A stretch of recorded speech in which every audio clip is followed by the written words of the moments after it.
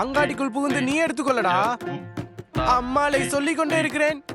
டேய் மங்கையாடா நீ. ஏய் விஷால், என்னடா பண்ணிட்டு இருக்க இங்க? போஸ்ட் பண்றதுக்கு ரீல்ஸ் எடுத்துட்டு இருக்கேன் டீச்சர். வேலை நேரத்துல உனக்கு இதெல்லாம் தேவையாடா?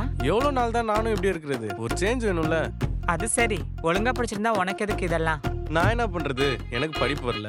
படிக்கணும்னு நினைக்கும் போது வயசு இல்ல. அதுக்கு வயசெல்லாம் முக்கியம் இல்லடா. கரெக்ட் தான் டீச்சர், ஆனா எனக்கு தான் அது வரைக்கும் பொறுமை இல்லை. நானும் இப்படி ஏதாச்சும் பண்ணி ஃபேமஸ் ஆயிட்டேன்னா என்னோட ஜிம் ஃபீஸ் கட்டுற அளவுக்கு காசு கிடைக்கும்ல. அதுக்கப்புறம் நானும் பாடி பில்டிங்ல ஃபர்ஸ்ட் வந்துருவேன். நான் கூட இன்ஃப்ளூன்சர் ஆகி பணம் சம்பாதிச்சு சினிமா சீரியல் அப்படின்னு செட்டில் ஆக போறியோன்னு நினைச்சேன்.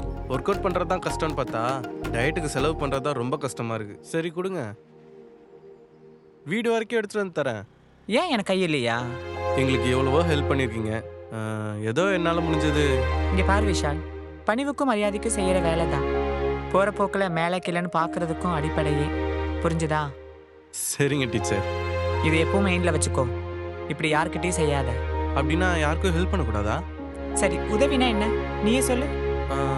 முடியாதவங்களுக்கு முடிஞ்சதை பண்ணுறது. அது மட்டும் இல்லை, மனசார எந்த ஒரு எதிர்பார்ப்பும் இல்லாமல் ஒருத்தருக்கு ஒருத்தர் செய்யறது. உதவி செய்கிறேன் கடமை செய்கிறேன்னு தன்னை தாழ்த்தி எந்த ஒரு வேலையும் யாருக்காகவும் செய்யக்கூடாது. புரியுது டீச்சர், நீங்களும் அழகி மாதிரியே பேசுறீங்க, ரொம்ப அழகா.